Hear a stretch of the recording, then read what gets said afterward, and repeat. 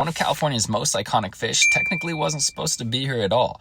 Striped bass are native to the Atlantic coast of North America, not the Pacific. Before the 1870s, you would have never found one anywhere near California. But in 1879, railroad cars carrying young striped bass were brought from New Jersey and released into the Sacramento and San Joaquin river systems. Most introductions like that fail. These didn't.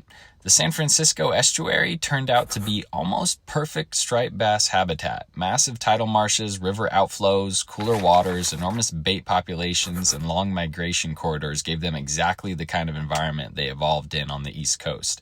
Within a few decades, the population exploded. Striped bass had become one of California's dominant game fish. What makes the story strange is how completely they integrated into the ecosystem. Entire generations of California anglers grew up treating striped bass like a native species, even though they were introduced by humans relatively recently in ecological terms.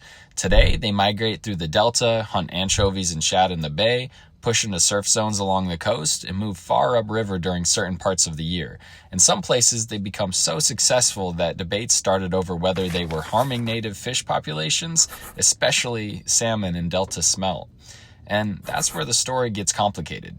Because striped bass are both deeply established and technically invasive at the same time, they've been in California for nearly 150 years now, long enough to become culturally woven into the identity of West Coast fishing, while still being a species that originally arrived by train from the opposite side of the continent. A fish that was never supposed to exist in California ended up becoming one of the most recognizable predators in the entire state.